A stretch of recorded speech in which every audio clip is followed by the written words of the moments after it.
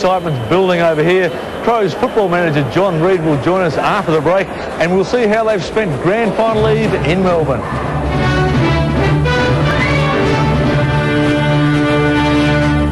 Peter Vardy not out there again. No, Peter, we've given the night off. Unfortunately, with the anaesthetic that he takes for that bad heel, when it wears off, it means he doesn't sleep that well, and we want him to get a good night's sleep tonight. So rather than have an injection before training, we'll leave that till tomorrow's game. This is the same heel that's been a problem for a couple of weeks. How does it shape up this week compared with the last couple? Yeah, look, it is better. There's no doubt. We've done a few things. He's had some special treatment on it, some radiotherapy. We've had some special silicone in his boots, quite a variety of things, but there's no doubt he's in better condition this week than he was last. All right, John, we'll stay with this because it has been a busy day for the boys on grand final here in Melbourne. Let's see how they've spent it. Mid-morning in Melbourne, tight security surrounding the Crows' arrival. It was a noisy airport welcome. The Crows calm and composed, happy to finally be here. A police escort ensuring their trip into the city would be incident-free. Adelaide fans outnumbered by their Victorian counterparts at the traditional street parade, but the Crows had their share of support. Time for the final word. A relaxed atmosphere prevailed. North coach Pagan asked how he'd prepare. What you normally do.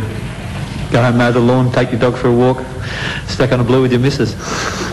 Only joking, only joking. As for Blight... I haven't got a dog. But seriously... I just think it'll boil down to contest by contest. I think at the end of the day, I don't think there'll be much in it. We're just hoping that North Melbourne's going to be in front when the siren goes round. We've had a fair amount of agony this year with close losses. I think it's, we're probably due to win a close one, Dennis. This year, I suppose we'll be a little bit more controlled with knowing what to expect. And I think, hopefully it just stands you in a bit better stead, and you don't feel the nerve, or you still feel nerves, but you're not quite as uncertain as perhaps what you were last year.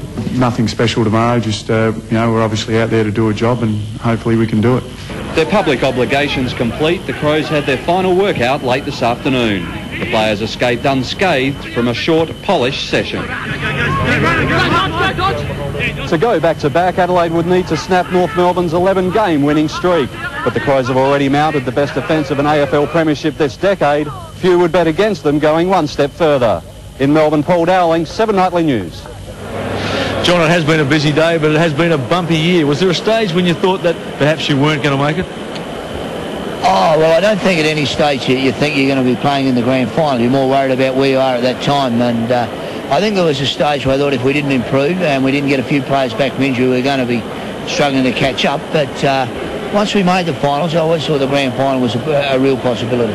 Okay, training over at Wesley College, a couple of different people looked like they were just trying out a full forward, including Ben Marsh, Sean Wren, Mark Rashudo. Is it going to be the rotating forward line again? I think you might have missed a couple in that as well, but no, look... I think it was about 18, actually. Yeah, I wouldn't take too much form on what goes on that training session. Got no doubt there'll be a few people through full forward during the course of the day. All right, John, now this is not new. You were here last year. How's the feeling compared with last year? Just as good. I think everyone's just as tense and looking forward to it. I think at least we've known a bit about today from last year. A bit easy to get through. But it's been a good day. Everything's gone to the itinerary, and most of the lads are pretty tired now and ready to get a good night's sleep. All right, John, well, you love this interview because you're on a step above me. You look tall. Good luck to you and the boys tomorrow. We know you'll do us proud. Thanks very much, Chris.